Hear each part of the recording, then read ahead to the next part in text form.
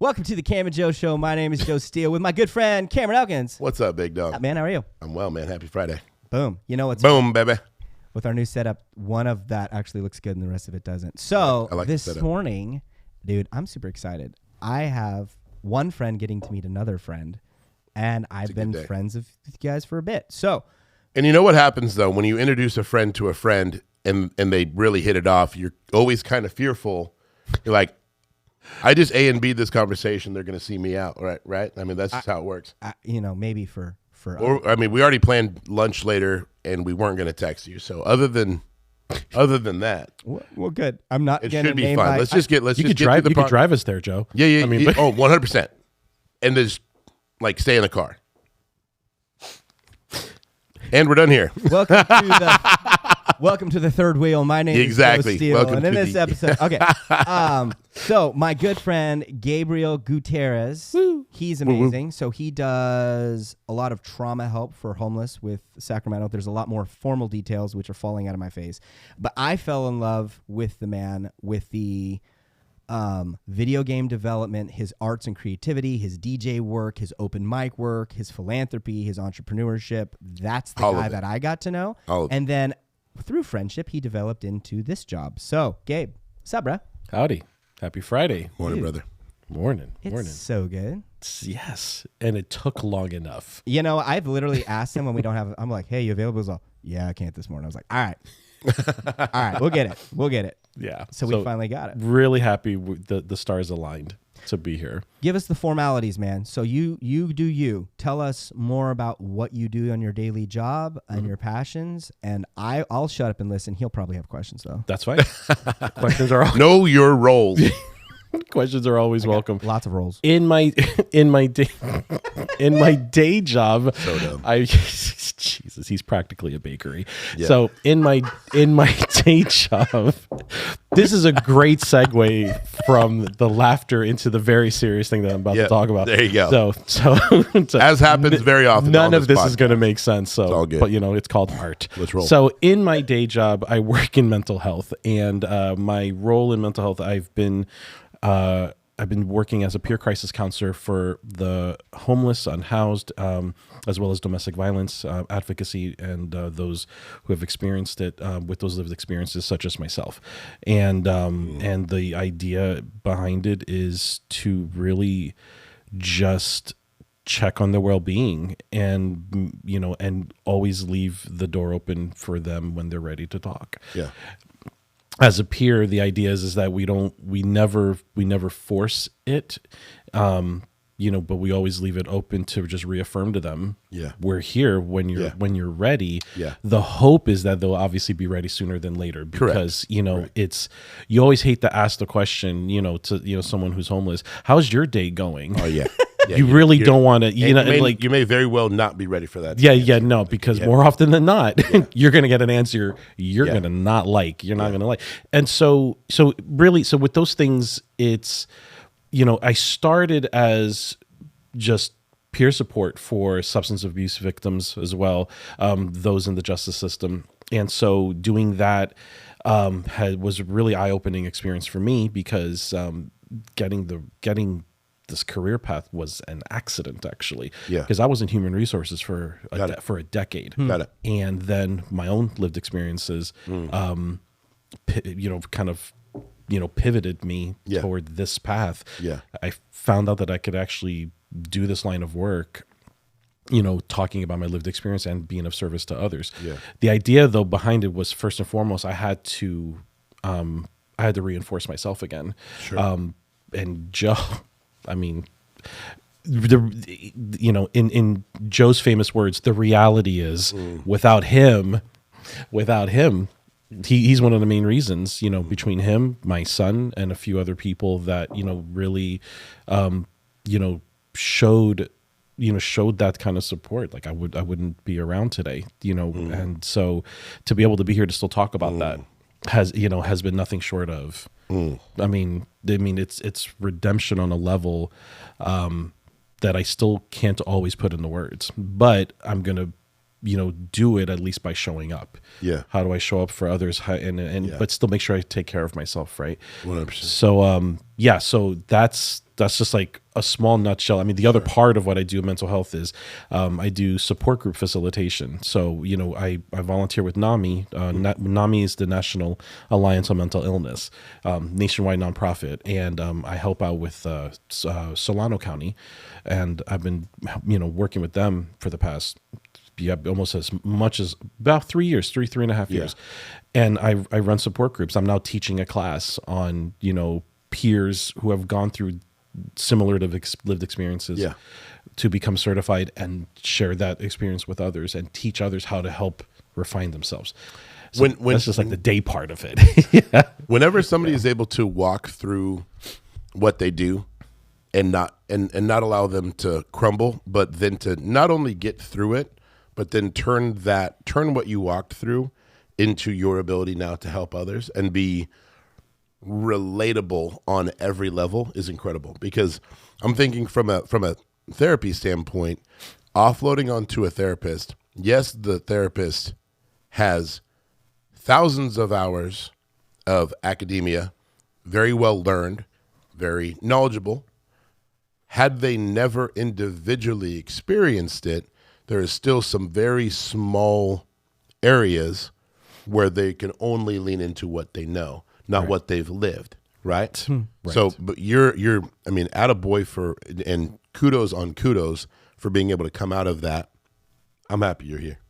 I'm happy I'm here too. I'm happy I'm here too. I'm happy you're here, and I'm happy you're able to meet people at that level. That's incredible. And and I'm not surprised by Joe's being as involved in that aspect of your life as well. He's as good as they get. Yes, yeah, he is. And you make an interesting point though. It's the diagnosis part when it comes to therapy. We as peers don't look at that at all. Yeah. And it's not to say that it isn't important to have something like that, because for me, I needed that. I needed to know what were the names of the skeletons that I were carrying throughout my life. My skeletons were codependency and moderate, occasionally severe levels of depression. Now I can say that. Now I can say that 90% of my life had been lived that way. I now know why. I mean, even 5 years ago, I couldn't say that. When I first met this guy, I couldn't even say that. So, but now I could. I can say what happened to me, and I can be all right with what happened to me, and because from those things came something much more severe, what is called coercive control, and a form of abuse called reproductive coercion. What that means is, and it's going to get heavy for a second, y'all, better hang on tight. Reproductive coercion is a form of abuse where, in my case, I became a parent without my consent. And from that, what do? I'm a man. Men don't get to talk about these things. Men need to talk about these things more. It's the only way. It's not the only way. I was going to say only way, but it's not the only way. But it's one of the most important ways we redefine what masculinity is, because masculinity is in a crisis.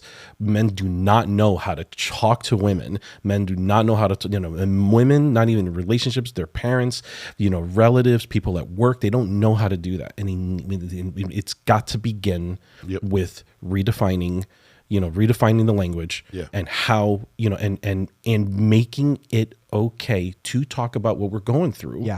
So we can no longer use mental illness as an excuse to be 100% to be awful to other people. Right. So all of that heavy stuff, but that's perfect. But that's what we got to. That's part of what we got to do from here, the Joe. We'll get to you in a second. No, I'm kidding.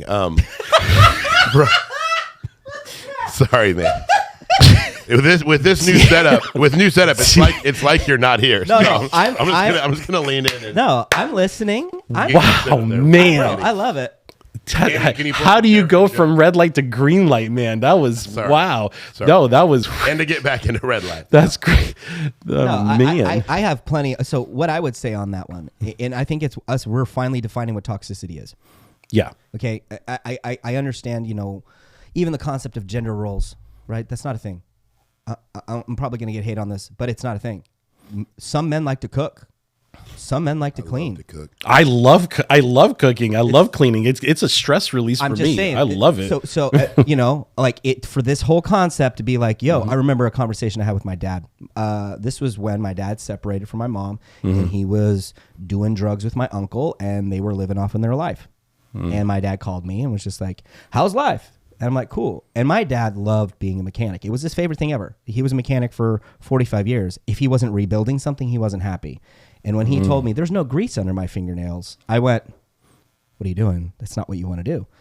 So he then, you know, continues to talk, and we have a very cordial, open, surface level, right? You know how it works. There's Sure, of course. Especially if you know there's kind of a weird topic you don't want to bring up, you're not going to talk about it. It always starts there. You're going to go, "What movie did you watch? What's your favorite?" Right? How's the weather, Dad? Oh, I already asked. Yeah. So we're talking, and in that conversation, I said, when are you coming back? You're the one that taught me family's the most important thing. When are you coming back? And he goes, he just says, "How did I fail you so bad?"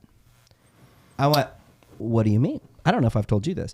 I said, "What do you mean?" He goes, I have failed so bad as a man. You're the worst thing I've ever seen as a man." And he then berated me for 10 minutes, told me because I couldn't fix a car, but because I couldn't build a house, and because I couldn't do all these technical things, which I learned a lot more now. And he told me, "You are not a man because you can't do those things." Did you then tell him in video games, I you was should see, "Bro, I'm level 99. You know, yeah. So, like I'm an 85 Elven mage mechanic. So no, I actually looked at him. I was over the phone, so I couldn't look at him. But I went, "No, but you did teach me how to take a moment with somebody when they're in need.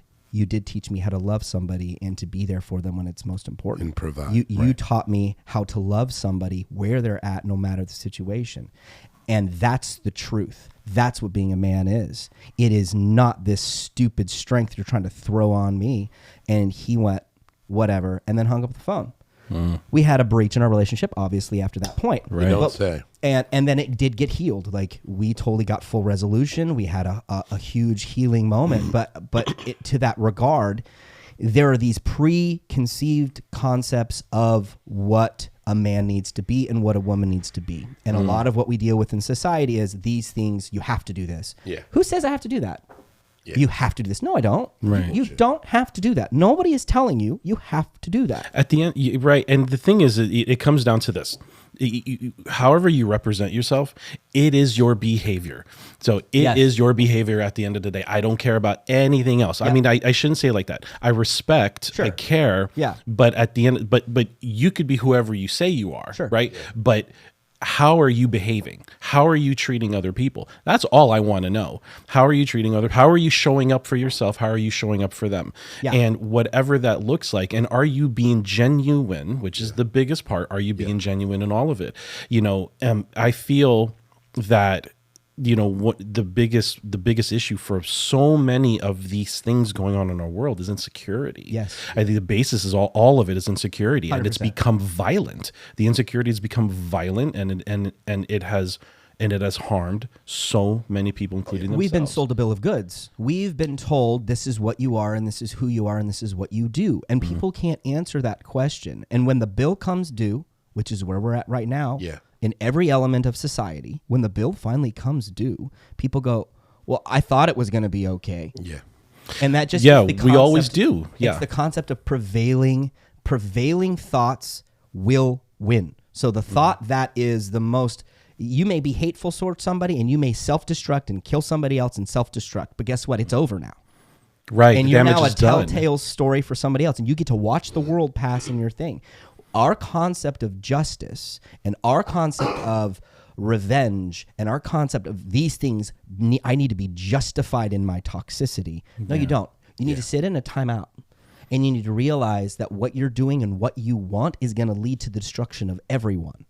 And Yourself first. including yourself. And so I think that this is why when we think, what's toxic masculinity? It's the things that are without empathy. It's the things without compassion, the things without love, the things without mercy and kindness. The general consensus of things that are strong things. Yeah. You know, I had a disagreement with somebody the other day that said, "You just need to be kind." I said, "That's not how this works. I'm not being kind. This isn't me not being kind. This is meekness." They're like, "What do you mean?" I said, "You asked me my professional opinion. My professional opinion is X. By the way, meekness means strength of power and knowledge under resolve.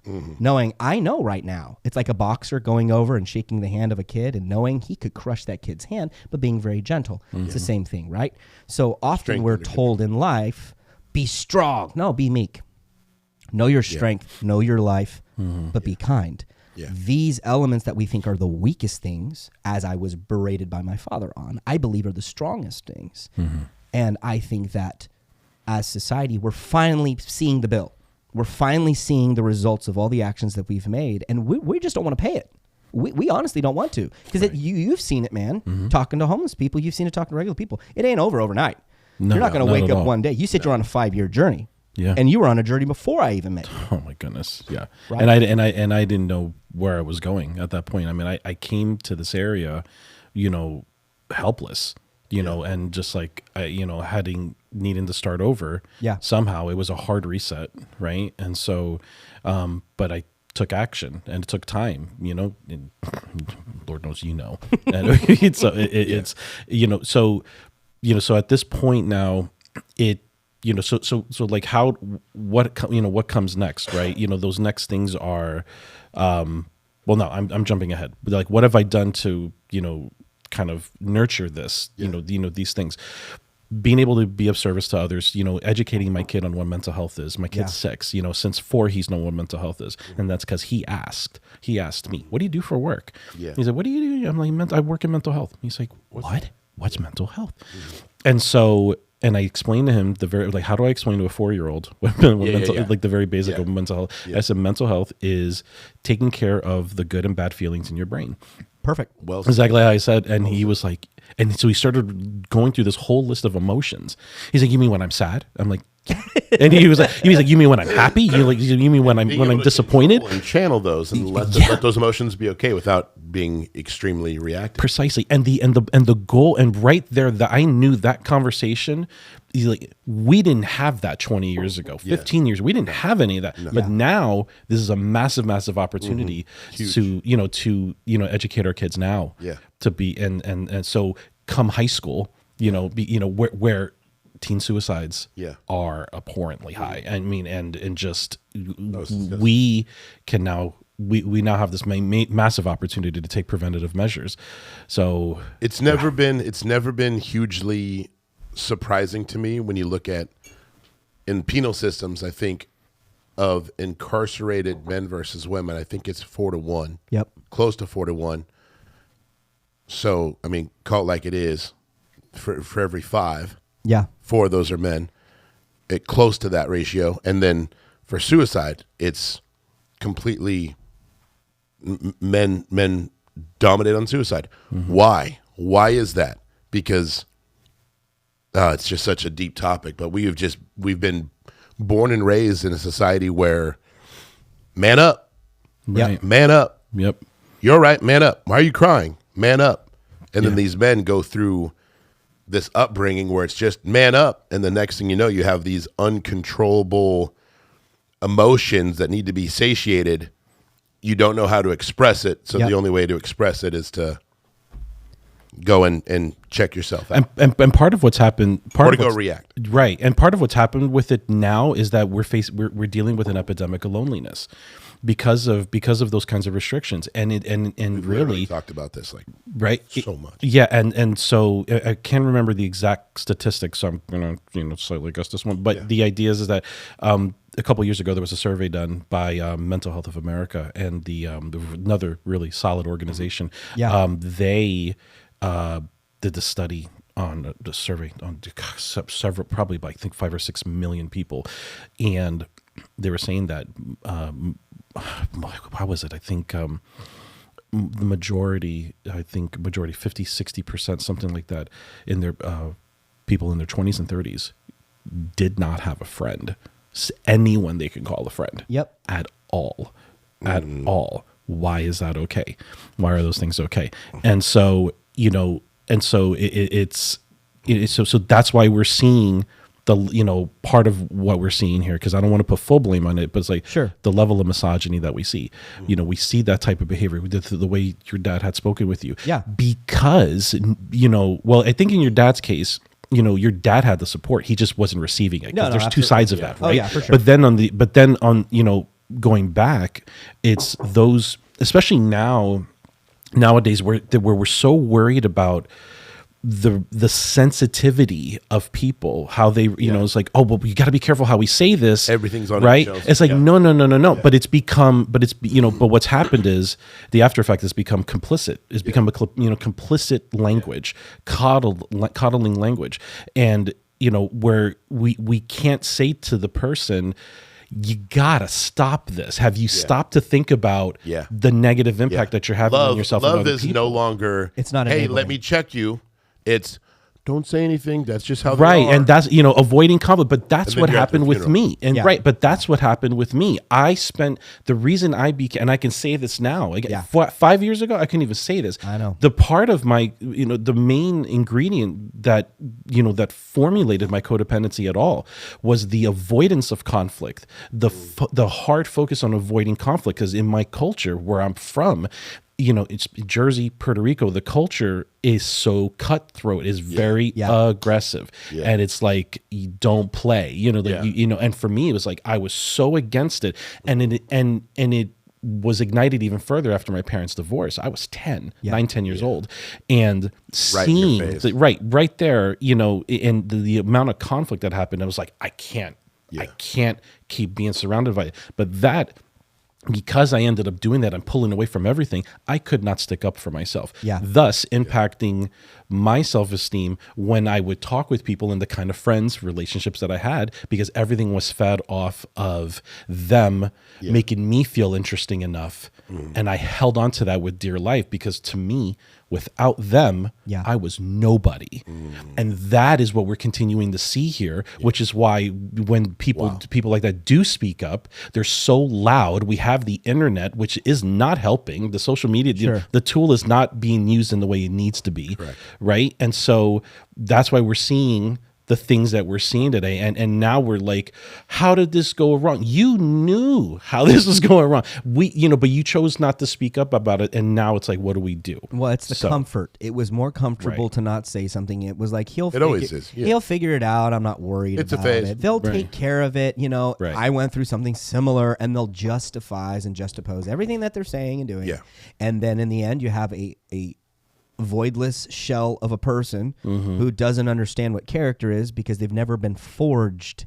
They've never been put through the ringer. They've never had to stand up for their morals and values. And then when it does happen, there's that lack of trust. They're like, oh, there's no way they are actually looking out for me, right? And so so there's that part of it, and and that's the other challenge I deal with in my line of work, is that level. The trust is so fragile, and rightfully so, rightfully so. So I mean, so at this point, it's, and as as we talk about this, even just talking about it, it's like, it's very easy to be stuck in this, but how do we start pulling ourselves out of this? How do we get to have the courage to talk, to jump to the, and you said it, the other side of love. The other side of love is loving them enough to say, this is a problem. Accountability. You're hurting me. You are harming us. And then ultimately being able to take, do you know how many problems in this planet would get resolved if people just took ownership and accountability for things? We would not. It would be a great place. Yes, seriously. It's like, it's like a Thanos thing. You know what I'm saying? Taking accountability would, like, so much like a Thanos, only no one would disappear. The only thing that would disappear are the grudges. And maybe not completely, but it would help so much. But maybe just on TV for my telenovelas. My telenovela. Joe, I've never seen one. Joe, no, you haven't. No. And you would melt if after 5 minutes of watching one. Okay. I'm going to show you one. Actually, you're gonna like I have spontaneously combust. I have watched one. You really? I used to have to do at the hospital. I would take a shift to do extra hours, and you would sit with somebody that was, either going to harm themselves or could harm somebody around them, or they were on medicine and they needed to be watched. And I sat in there, and their whole family was Spanish speaking. One of them spoke some English, and I just, hanging out with them, and they're like, oh, telenovela. I was like, okay, we watched it. I was just like, what's going to happen to Gerard? Dun, I must dun, know. dun. Like, I got sucked in. It was so ridiculous. If you want to hear the loudest musical instruments played in any type of show, watch a telenovela. It is phenomenal. Oh, it's like, how close are they to the microphone? But yeah, I think Close man. Close man. I think back onto the serious topic of what you were talking about. I think just to ask you a question, and please. And I think I already know the answer, but I think it's a question that needs to be asked because I think that people think this. Do you believe that anyone is hopeless? No. The only people who believe they're hopeless are themselves. Everyone has a chance. We're human beings. Yeah. The only, what makes us equal is our humanity. How we behave is what makes us different. That you know what I'm saying? How we behave is what, but if the hope, no one's hopeless. Nobody is hopeless. I mean, people make decisions, yeah. To do certain things and for the level of good, level of bad, and there are people where we think like, man, there is absolutely no way they're going to come out of this type of mindset. They're going to continue being this way. And that could be true, right? Sure, that could be true. But I mean, at the end of the day, it's weird. And this is kind of this. Yeah, goodness, how do I even formulate this? I knew it. There's a rule in our humanity of only being able to control what we do ourselves, so that we cannot control what others do. Part of the issue here is that there is a lot of controlling others. This the mission of controlling others, and it's like, you cannot do that. You can try, but look with what's happened, right? We can only control our own behavior, because that's what makes us.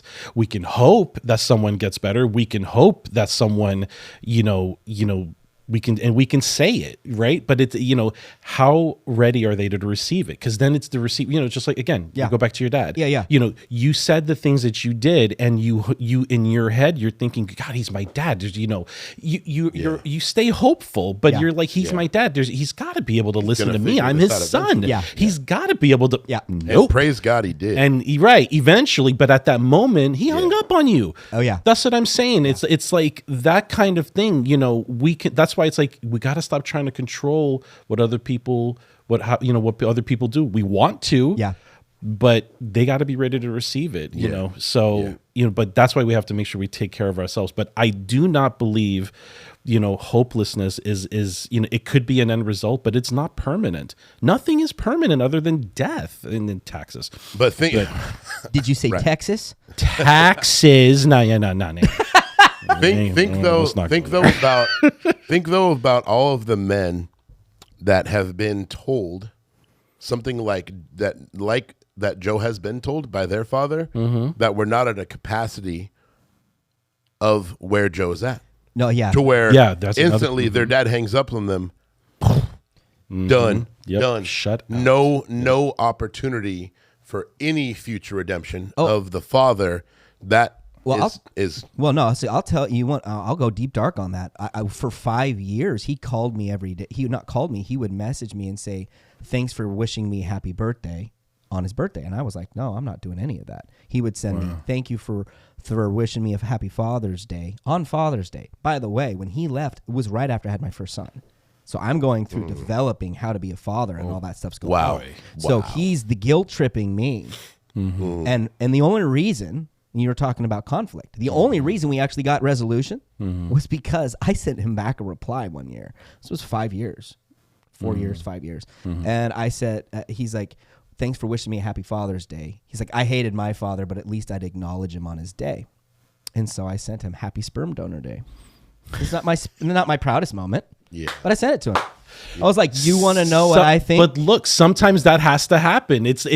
Sometimes you got to get unorthodox. So because there's not always a right way. We can try to follow a right way, but sometimes it just. But to your point, what it ended up doing was, I did not know my mother and father were talking again, and they were trying. I didn't know this. Mom says, "Joe, why did you send that to your dad?" No, so my mom, who's living with me, and I was taking care of her while my dad was gone. So I literally became the guy going, "Hey, I'm making sure my mom's all right." And the multiple generational supporter. Yeah. Way to be. So she comes out and she goes, "Hey," and I'm like, about that. I was like, "What's up?" She goes, "So you talked to your father, apparently." I went, "You talked to him?" She goes, "We've been talking a little bit more. We're figuring stuff out." I went, "All right, what's going on?" And she goes, "So you sent him happy sperm donor day?" And I went, "Yeah." And total, like, I mean, make me sound cold, but that was where I was at in my heart. Yeah. He didn't just insult me; he should have insulted been my no whole way surprise. of life. Yeah. And so I was like, "Yeah, no, absolutely." And she goes, "Look," she looks at me straight in my face. She goes, "You are 100% justified to feel how you feel. I will never tell you to not feel that way, but you will lose your father if you do not resolve this. Do you want to never talk to him again, or do you want to have this moment?" Because I know from getting off the phone with him, he has written you off. What would you like to do? And the ball was in my court. Yeah. So as soon, and this is something I can tell you that has been something that has helped me through life. As soon as there's a moment of conflict, I literally confronted instantly. I got up, I got out, I grabbed my phone and I called him right then. We hadn't talked in 5 years. I called him. And very few do that. He answers the phone, Right. and goes, "Hey, happy sperm donor day." I went, "Yeah. Sorry for all the children listening. Yeah, you're being a piece of shit. I don't know what you want from me." Yeah. Just very honest. Like, what do you want? And he goes, "I've supported you in every part of your life." I said, no, that's a lie. No. And I just told him straight up. I said, "You have not." And I went through and explained, and all the cards and everything that I felt, just dropped it out. And that's it. And he goes, "What?" I'm all, "You remember what you told me?" And I put his words back in his mouth. I said, "This is what you told me. You told me I was not a man." And I heard, first time in years, my father cry on the phone. It just totally weeping. And he said, "I am sorry I said that." He goes, "I was doing things where I was not in my right mind. And I never would have actively said that. But I did. And I am sorry. It doesn't change what I've done." And he took ownership. He took total ownership. And I just went, "Look, I love you. I don't need a dad anymore. I need a friend. So how about this? I'm not going to tell you how to be a better dad, and you don't tell me how to be a better son, and we can be friends. And from there, we can see how our relationship will go." And he went, "Sounds good." And that's how we resolved it. And then after that, we talked on the phone for 15 minutes every week. And then it turned into 30 minutes every week, and then an hour. And then he moved back. First place he stopped was at the coffee shop. I gave him a job at the coffee shop for 6 months to help him get his feet back up. He then got a job working with got a job. So he got another job working with my other brother. He then moved in, remarried my mother, lived a wonderful life, and I became total best friends with him. But he stopped being my father. And I will tell you, and maybe somebody needs to hear this, there is a moment when your parents will stop being your parents, and that is okay, and it's healthy. Yeah. But you have to stand up and know what you're worth and valued, because they'll forget what they told you. And when they forget, your job is to remind them in the most loving way possible. Now, again, it's not my shining moment. It's not the best thing I've ever done. I was not kind. But it was what was necessary. And in that conflict, like you're saying, total resolution, total healing, and I allowed it to develop. I put boundaries up. I went, "No, I'll give you 15 minutes. You want to talk to your grandkids? I'm all about it." But I even told them, I was like, "Grandpa's not," and I even told him, "Grandpa's got something sick in his brain. He can't talk to you right now." And that's what I told my kids. I didn't tell him Grandpa was dead. I told him he's got something sick in his brain. From a mental health standpoint, that's pretty much exactly what it was. I mean, call it like it is. How incredible a story, though, with the coming of full circle. Before your dad passed, at what capacity was he able to be involved with David and your sons? They were over at his house every day. Yeah. He was literally playing games with them, helping them build cars. Yeah. I mean, he was loving the grandpa life. And that is one of those relationships, even towards the end when he started getting really sick, every day I'd finish work and I'd go over there and make him dinner. Yeah. And I have zero regrets. There's a lot of relationships. I have relationships with somebody and you think, what if I would have done that? What if I'd done that? It is one of those weird things I can simply say, looking at my relationship with my father, I have zero regrets. The things that happened. Well, that's out of my control. But how it resolved and how it ended and how the time I spent in and even with my kids' lives being enriched how they were and the family that gathered around that, no part of me feels like I've wasted any time with that. I feel like my life was better for overcoming those obstacles. And his life, I would like to say, not him, and I won't, but I would like to say his life was better by being challenged in that regard too, because we were able to bring him back into the family through the conflict. We want, my crazy uncle, he does this stupid thing. Cool. But guess what? He's still going to be your uncle. Yeah. And guess what? Those boundaries need to be set because they need to live their life. They need to have those experiences because you don't want them going, well, what if? Well, I wish I could have. Most of what we deal with in society. Why do people get in debt? I just want to experience this. I'll spend $10,000 on a vacation with money I don't have because I want to experience this. We live life with these experiences because we want to know what if. We don't want to have any regrets in life. But then the fear of not having regrets puts us in a state of almost hypocrisy to where we're willing to throw out our morals and compass because we're willing to satisfy and satiate something that we've always wanted to do. And if it's a dark desire that's been breeding in you, that's never been talked to in community and society, right? Yeah. You need that peer-to-peer support. You need to have those people to be like, yo, this is what's going on. Yeah, this is what's good. This is and in our conversations, there are no judgments. No. There's well, what's worked and what hasn't worked. Yeah. You know what I'm saying? Have you received the guidance? Have you received the guidance, but also have you received it? Yes. Have you been paying attention to the guidance? Correct. Right? There's two ways there, right? And so, and first of all, thank you for that. That's powerful because, and that's a phenomenal example of ownership. How, because look what happens now. Now, life can continue, which was going to happen anyway. Yeah. But in what way does it get to continue? Yeah. And in those experiences, there's redemption, right? There's redemption from that accountability, and then at the end, it's forgiveness. Yeah.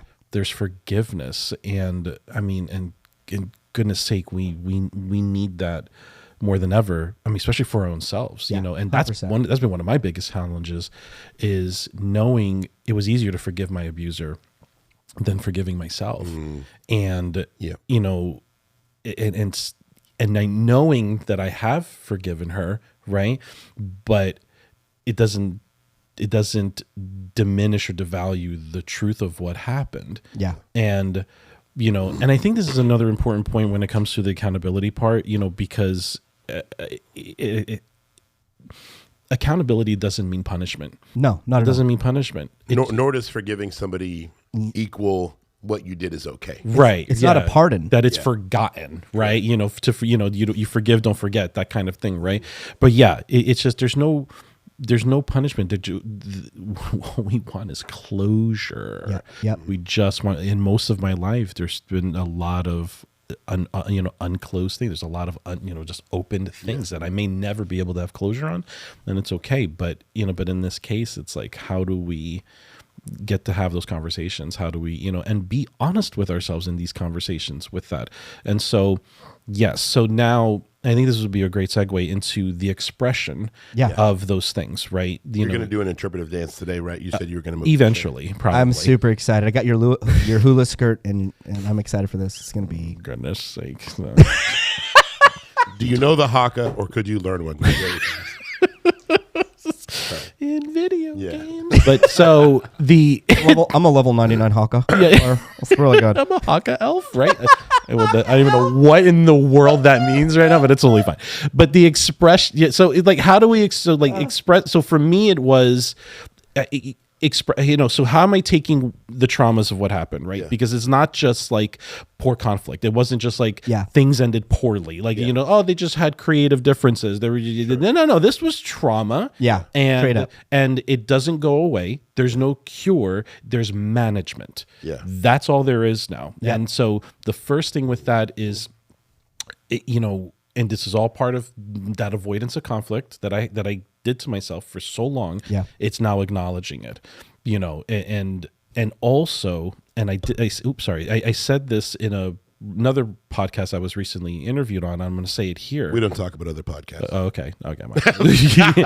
Sorry, we just got Bruno up in here. Sorry. So sorry for that. So Sorry, Joe Rogan. We don't talk about definitely not that. Definitely not him. Anyway, as I digress on that. Continue. In this interview, right? So the idea, I made a statement saying I stopped striving to be 100. Yeah.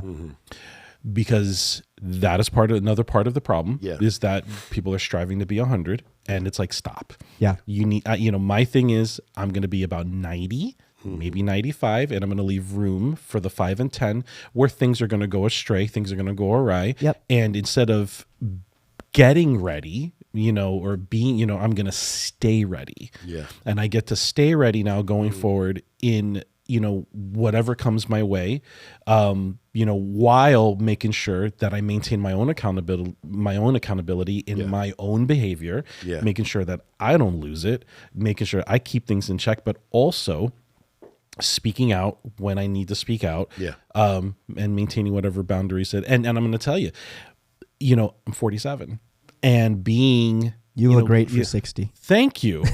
So Not thank a day you. over. Thank you, not Gandalf. I Not a appreciate day that. over. So derailing. Sorry. So what happens? See, I just lost my point. So what happens? really is, good. Thanks, Joe. Appreciate that. But the idea. So the idea here is that I now get to take the things, wield my lived experiences into the arts, and I've been able to do that with the games I'm working on, with the poems I write, the music I make, when I DJ, and this is the most important thing, is not keeping this for myself. Being the platform for others to express themselves, and because I say this in our open mics, and like, you're walking in here with something that I have no clue what's going down. We have no clue. Everyone is carrying something, but when you come in this open mic, you're gonna leave it at the door. Or if you're gonna bring it in with you, you're gonna talk about it, and you're gonna heal from this. We're gonna figure it out, and it may come back when you walk out, but you were given the space, correct, to feel valued enough to express. And you're not going to pull it out of somebody, but you're going to provide the opportunity, right? Just like a peer, we get exactly like what I do in my regular work. This is your space. When you're ready, go ahead. But there's still going to be boundaries. It's like, also, there's a thing called time. And, you don't know how much of it you have. If I could turn back time. Thanks, Cher. He always sings, and then we get it. If I could find a way to turn his mic off from here. Andy, could you dial back on Joe? No. Appreciate it. And you'd stay. Yeah, there you go. There you go. Anyway, so I've been able to be fortunate enough to continue expressing myself and my experiences in those different ways. Has been nothing short of humbling, but also a good reminder of how far I've come, since then. Because I think the thing is that I don't want to. A lot of people try to forget what happened. Right? We talked earlier. Oh yeah. I don't remember doing that. I don't remember saying that. No, for me, I want to make sure that I do remember the things that that happened, how it happened, my role in things, right? But to make sure I don't get stuck there. How do I bring myself back? How do I bring myself back and see how far I've come since then? And I think that's the thing we all kind of have to start putting into practice a little bit more. Amen. I think that everything. Couldn't agree more. I think that everything that you're saying, I love it. Of course, I mean, you've been doing it for years. It's amazing. I think that it needs to be put under the understanding of one simple phrase: "Do unto others as you would want them to do unto you." The reason it's the golden rule. And the reason I believe that is because treat them how you would want to be treated in a conflict. If you just run up to somebody and, take out a knife, or you know what I mean, you just yell and start screaming at somebody and you're not resolving it the proper way, right? You're not treating them how you would want to be treated in that position. And you're not treating yourself like you're not treating yourself in that. You're not giving yourself that that credence. Well, and there's also, I mean, I've had plenty of moments like that where I'm not proud of it in any way, shape, or form. I've totally done conflict the wrong way. And I can look back at that and I can go, man, I should have But totally resolved that take better. ownership. You can take ownership. Absolutely. And I think that that's important to do as well. I think it's important for us to understand that what we're doing and how we go about it, it needs to reflect who we want to be, not who we are. If you want to be more kind, then be more kind now. Don't say I want to be more kind and then act like a total jerk. Don't say I want to be more compassionate and then have zero empathy. Yeah. Walk how you want to be tomorrow, today. So it's that forward thought. And I think that works with all of what you're saying. Absolutely. Even if that grudge that you're holding and you leave it at the door at open mic night and then you pick it back up. Cool. Learning that I didn't have to live with that for that time. I can let that go. I think what happens is what I see and the things that I see is there's an enablement in the arts. Okay, and I mean that in the nicest way possible. Is the word enablement, are you using the right word? No. Or there's an opportunity. No. I'm saying people are being enabled in their inadequacies. Got so it. they're going as a positive. As a positive. Okay, like the word enable just has such a negative. Yeah. So no, but Precisely. thank you for breaking that down for me. But in that though, like okay, I love Adele. She's amazing. When I hear Adele, I don't. Laptop like versus HP. Oh my gosh, sorry. If I could set fire to the rain, I'd watch it burn as it touches your face. Dude, That- you're getting As a Adele. nerd, I sorry. should have seen that coming, and I totally didn't see that coming. That was keep my nerdism like I'm so proud of you. hunkered down, but I'm slowly. well. I understand when you look like a club bouncer. the freest- Absolutely, bro. Yeah. Club I've been bouncer. called worse things, but I liked that one. Oh, that's good. seriously. All right, Adele the singer. It's like I loved So- you in Lord of the Rings. So Go ahead. Adele the singer, absolutely amazing. Well, even I mean, I'm not. You guys are ridiculous. I love you so much. When you were that orc, what was it like? No, just kidding. Go ahead. and my Is it bad that I knew who you're talking about? No, not at all. That's called relatability. Can't carry on, Joe. Gandalf the Grey. That's what they used to call me. I am Gandalf the White. All right, so Adele the singer. Adele the singer. So I'm going to use this as a thing. A lot of people need a And reason. this is why we need a wide shot. Right. Sorry. Thank you. Now you understand. We need a fourth camera. A lot of people will realize there is we have to have something that's lived in. We have to have a story that is overcoming. We have to have something that's strong. And so like I listen to Adele and I go, man, she overcame. That's really good. That's powerful. And she talks about that in her music. Yeah. But then what happens is some people will use that, and it's not the artist's fault in any way. They'll use that to stay where they are.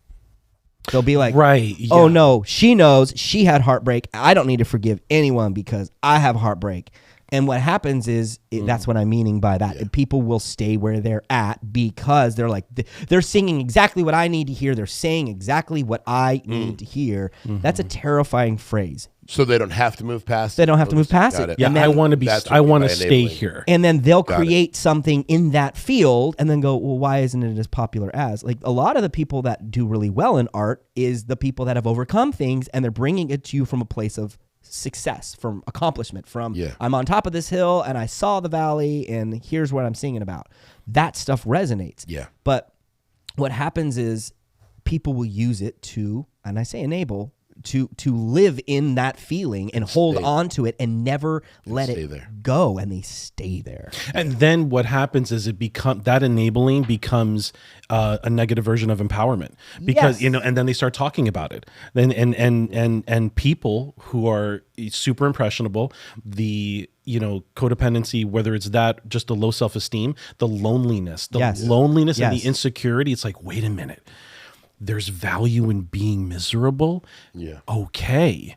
Called a pity party for a reason, because you'll get a lot of people to jump on board that pretty fast. Seriously, yeah, for real. But that is relatable. right. But that's why the stage that we're in now of loneliness is now the loneliness is an epidemic. It's an epidemic. If you make a song about loneliness or heartbreak, it's going to go top 10. Like period. Yeah. Look at probably the top 10 at any given time. Right? And I think There's always a breakup song or two or three. and then where's the healing that happens? And what I see happening with creativity, at least what I'm hoping for, because that's what I put my cards in. What I hope for is we're no longer going to be approaching creativity in approach of brokenness. We're going to be coming at it from a place of community and overcoming. So now we're talking about the successes. We're talking about the the benefits that we have to bring to the table, the growth that we've had, the overcoming that we've had. And now all of society, when they listen to that, they go, I can overcome as well. Yeah. And that has to be the shift. Mm-hmm. It has to be us realizing that we need to overcome our obstacles, but we need to do it together and cheer on each other overcoming something instead of only looking at the negatives. If you had somebody going to the gym and they only showed up one day instead of the 7 days they said they were going to come in, if you said you weren't here 6 days, they're not going to come back. No. But if you go, man, you came on that. I'm happy you're here today. Yeah. Right. But in society, we have to do that shift. In art, we have to do that shift. I think in masculinity, toxicity, we need to have that shift. I think in all elements. We have to put value in those things, and I think there's a great example of what you're talking about. A couple months ago, I was released one of my video game trailers. Oh yeah, right. And so, but my artist, one of my teammates, she's an artist and animator, and shout out to Jackie. They're just incredible. I'm fortunate to have a good little crew of people helping me out with my games. And so, but she makes a comment saying, well, this is powerful, but also like, when do you let go of this? When do you let go of it? And I felt real, and I was challenged by that in that moment. Yeah. And part of the thing that I was, I started, my brain started drifting back to my teens and 20s. Yeah. When I couldn't speak up. I didn't know how to speak up. And that was beginning to happen in that moment, because it's like, really? That's all I could think of. My best response in that moment was like, I gave this like long-winded thing, but if I were to say it now, I would say I am letting go. Yeah. That's how I'm letting go, by talking about the things that got me there in the first place, and expressing that and turning it into an interactive art piece. Yeah. Right? That others can experience. That's part of that letting go process. And was also a great reminder, and I had to tell her this part, down later on, was that there's no cure from, when trauma gets involved, there's no cure. And I mentioned that earlier. Now it's management. Now it's, but part of that management is making sure I have the drive to remind myself that I'm worth expressing this, that I'm worth expressing, talking about this. And this is what I've turned it into, and I didn't, the word is worth. Right. And if you have, or if you've ever been coached or seen that you have value in your thought and you have value there to bring forward, you're going to shrink back into what you knew through your teens and early 20s. Absolutely. Right?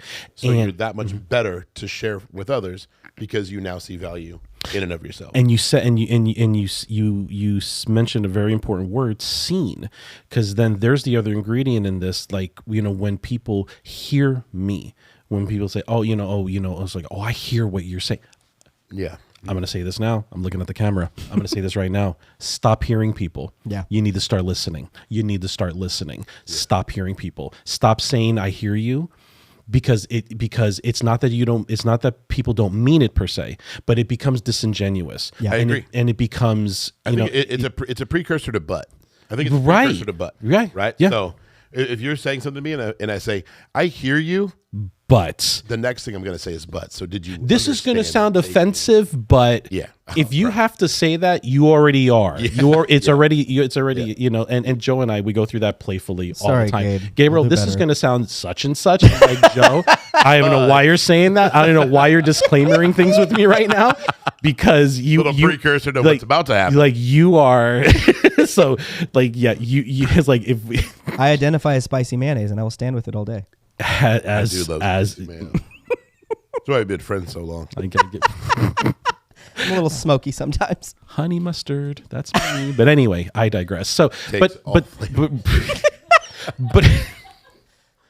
make sure you take your nuggets and you put it in the right sauce, okay? Whether it's a spicy mayo or a honey mustard. Are you sweet and sour? Dude, if we're talking nuggets, sweet and sour. No, I'm saying, are you like sauce? Are you sweet? Because I'm spicy mayo. I may be sriracha or tapatio. Depends on the day, man. I like to bring a lot to the table. Anyways, you were in a really wonderful. We're at a picnic. That's totally, I'm down. But But again, like it goes back to the just, how we have to start listening to people. Yeah. Start listening to what they're going through. Start understanding. At least take the time to start understanding what's going on with them, and stop trying to be right. Stop trying to be right. Just stop trying to be right. Yeah. Which because that's the part of the other problem here. People are trying to be right about things, and we're losing the art of listening to others, what they're going through, because we're all going through something too. Yeah. And it can't always be about us. No. It shouldn't be. There's an importance of taking care of ourselves, self-care, and things like that. Sure, but when it comes to other people, and the differences. We got to stop. I'm with you. It reminds me of and probably closer to closing. Reminds me of something that my mom always said growing up was, "Seek to be kind, not right." And I just kind of took that with me, because as soon as you find yourself in a defensive position about to try to defend why you feel how you do or why you think the way you do, it's like, am I seeking to be kind, or am I just seeking to be right? Am I trying to just interject my impression onto somebody else, or am I actually actively listening, understanding, taking in where the other person's in? Yeah. So if you could kind of do a quick little self-check, am I trying to be kind, or am I just trying to be right? Boom. Nice little. Well, and I think you can be right and be wrong, and I think you can be kind and be wrong. Oh, 100%. And I think that is a balanced table. I think, it depends on what you're being brought into the talking points for. Yeah. You have to have a relationship before anything happens. So if I come in on the street and I'm talking with somebody and I want to be right instead of being kind, it doesn't matter, because I think it doesn't matter, right? And all it's doing is showing my true character inside of me, wanting to be right. Yeah. I'm not actually proving anything. But if I have a relationship with you guys and there's an issue that comes up, we're gonna have a confrontation. We're gonna deal with it. We're gonna overcome. Because in the end, in the Ellis Lake, the relationship is going to be more important, and at that point, being kind may be what's necessary to get to the point of having that conversation. Yeah. We want the instant gratification. We want that easy answer. Guess what? If you're in a life and it's difficult for a reason, and you have a part to play in that. Yeah, and it's not going to get fixed overnight. We're not going to just wake up and be a better person. It's just not how it works. And if being a grown up makes you sad, suck it up. You know what I'm saying? Because being a grown up stinks sometimes, but this is part of being a grown up, and being that example for ourselves and other people. But being a grown, I'm just going to throw on this really quick. Get ready. Here we go. Being a grown up is not much different than being a teenager. It really isn't. Especially if you get your value systems dialed. It's a lot more bills. But even then, everything that you're doing is you're paying for something. You're paying for your relationships with your time. With basketball, you're paying with your sports. You're eventually going to college, so that time you're putting in there, and what your focus is on is what you become. You become an adult, it's the same thing. Things just slow down. And because you're not around community all the time, you're no longer thinking about, oh, Brittany said to Kathy, oh my gosh, did you know they're fighting? Because it's just you in your head. It seems like adulting. You do a great impression of me, by the way. I've been practicing. Almost frightening. But I'm just saying, I think that adulting is literally living life, and it doesn't change. The things that I liked when I was a kid, I like the same, but more. If you like boats when you're a kid and you like to play with them, you want to own a boat so you can drive it as an adult. If you like airplanes as a kid, you're going to want to learn how to fly one. Yeah. I think that it's so easy for us to be like, oh man, well, being an adult, it's not, you're the same. You're going to be the same. And the things you like are going to exceed. And the things that you liked because of peer pressure are going to go away. Yeah. The hardest part about being an adult is you're stuck with yourself 24/7, and you don't have a sounding board with your peers for 8 hours of the day. Right. That is the hard part about being an adult, because you don't have that support system unless you build it. Yes. So through relationships. It's like I liked video games when I was a kid. I still like them as an adult. I liked food when I was a kid. I loved cooking when I was a kid. I love those things now. I think it's easy for us to kind of crap on being an adult and be like, well, being an adult's hard. It's not. It's the same thing. There's just more responsibility. Yeah. And instead of making sure your homework's turned in on Friday to make sure you don't get an F in a class, you just have to make sure your bills are turned in so your power doesn't go out. Right. Yeah. How is that any different in cause and effectality? Yeah. It just makes you more cognizant of time. I think that's one of the precious things about being an adult. Like my son Becca, my oldest, just turned 5 yesterday. Oh, when you're an happy adult birthday. now, yeah, happy birthday, bud. Nice. When you're an adult now, I know you're not watching this, but I know happy you're birthday. not. You're Not anymore, that's for sure. Exactly. This is heavy about fathers. Beckham, watch this when you're. No, when you're an adult, you're more cognizant of time. Yes. Right. And I loved hearing when somebody's talking about time, you begin to think not how many summers have we experienced and enjoyed versus how many summers do we have left. As soon as you start to kind of flip the, hey, Christmas time with kids, is great. And then you're like, okay, they're growing up. How many do I have left? Yeah. So when you look at it kind of from how sparse they are or how few they are remaining, I can look back, like you're talking about childhood and things you grew up. As soon as you said boat, I think of my stepdad, Ron. Yeah. Who you know. Yeah. I mean, growing up, every summer we would go camping, multiple weeks at a time. Loved that, right? Now that Ron is now in his early 70s, it's not just like, oh man, all these future summers of going camping, we have to be cognizant of, okay, how many summers do we have left? Yeah. And absolutely. as soon as you get into the mindset of how many of these do I have left? How many more my son slept in the middle of Hannah and I last night? How sweet is that? And how few of those do I have left? Sure. Right? So one of the greatest things of adulthood I have found is things don't last forever. Yeah. And when they don't, and you know that you're only on this earth for, if you're blessed, 60, 70, 80 years, if you make it, if you're that cognizant of time, it makes things sweeter. Oh, yeah. Because you don't know when the last time something is. I love it. I love you. Right on. All Man, right. thank you for, what were you about to I was going to say, dude, land the plane, bro. Land And the plane. he's saying thank you. Closing thoughts, man. How can people get a hold of you, your music, Yeah. your art, if they want to come and check out an open mic night, if they would like to. Starbucks? Those are at Starbucks? Yeah. Oh, yeah. Yeah. So, Dutch? So something between four of my fingers. That's a thumb. Oh, Anyway. sure. November Rain is where we begin with it. So November Rain, but Rain is spelled REIGN. November Rain is my indie studio, but also kind of the starting point to, the starting point to everything else. So my games, the games that I'm still working on, thankfully, new trailers are coming out soon, actually. So later this year. And then, so you can go to novrain.art. So NOVREIGN.art. You can also find that on YouTube. That's my YouTube channel to see the game trailers. Joe actually worked with me on a couple of them. Very grateful for that. He got to help me tell that story in a very powerful way. And so, and I will always remember that. I will always remember that. And then the music side, the DJing side, I am on Instagram. So if you're on Instagram, Reckless Abandon is my DJ name. I couldn't have thought of a better name than that. So yeah, Reckless Abandon.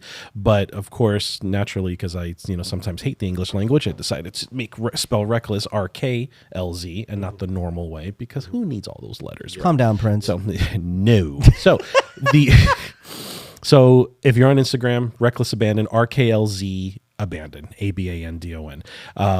So I have my radio show on 93Q. I've been doing that for a year and a half now. Fridays, normally Fridays, 3 to 6 p.m. is when I do my radio show. I DJ disco, house, fun, trance. Awesome. But yeah, very, very fun stuff. Our childhood, Cameron, literally. Yeah. And actually I'll be playing at Joe's next marketplace event next week. Nice. So yeah. Dude, there's so many layers to you, man. Yeah. I love it. I love that. Thank you. Every good ogre has wait. Oh, stop. Is it that a parfait, a cake? No one is ever going to come back and watch this. We're losing 80% of our audience. And there's 3 of them. No. Sorry, Jimmy. The last part will be Steelhouse Coffee. We do our open mic second and fourth Fridays. You realize it's been for like 5 years. I know, man. That have been like, It's awesome. yes, it's just been, it's a trip. But yeah, come check us out 7 o'clock, 7 to 9 on Friday, second and fourth Fridays. I run the open mics. And if I'm not there, normally Joe is. And yeah, we just handle it. And I don't know how quick this will be released online, but today's May 3rd, Friday, May 3rd. But, May 5th, I'm DJing in downtown Sacramento at a restaurant that I take my son to, Solomon's. Nice. Created by the founder of Tower Records, Russ Solomon. Awesome. It's his restaurant. That's and amazing. He's passed away many years ago, but it's his restaurant. It's an absolutely beautiful place. Awesome. But I've been taking my son there. I share this because I've been taking my son there for like almost 2 years. Mm-hmm. And I'm actually DJing there this Sunday. Awesome. And so my son is through the moon about it. My son is through the moon because I told him, I was like, you could play music with me. And he was like, because he's been wanting to DJ, like he's been wanting to come to my event. I love it. I'm like, you mean you want to come to a bar where adults are only and you want to come? He's like, yeah, Yep. because I want to hear your music. I want to hear the music. I want to see the lights. And I'm like, yeah, you can be my DJ. But the problem is like I've been normally doing them on Fridays when he's not with me. Sure. But now Sundays when he is with me, it's happening. And what I told him earlier this week, he was like, are you serious? That's like, awesome. Yep. Man. So yeah. So anyway, but that's how you can find me. But you can also contact me on my November Rain website. Again, novrain.art. You can contact me through there, say what's up, and let's talk, because I also do public speaking on my lived experiences. That's the other thing I do with NAMI is I do public speaking. There's a thing called In Our Own Voice, and I've been an In Our Own Voice public speaker for 2.5 years now, and I've spoken most recently a couple of weeks ago with 2 medical students at Touro College in Napa, and that was a trip because they were all psychiatric students. So there I was telling, because they started out like, what do we got to do? Mm-hmm. I'm like, stop focusing on the diagnosis, and that's going to break everything you've been learning for all these years. Like, but stop focusing on the diagnosis, and that kind of conversation, and that hit them. They were like, okay, I was like, it just begins there. And so anyway, but that's how you can get in touch with me, and love it. It's what we got going on. So thank you for all of this. Seriously, this was worth the wait. Seriously. Thanks for being you, man. Appreciate you being here. Thank you for letting me be me. Thank you for checking out the Cam and Joe Show. If you guys are liking our content so far, you can follow us on Facebook and Instagram. You can also listen to us on Spotify.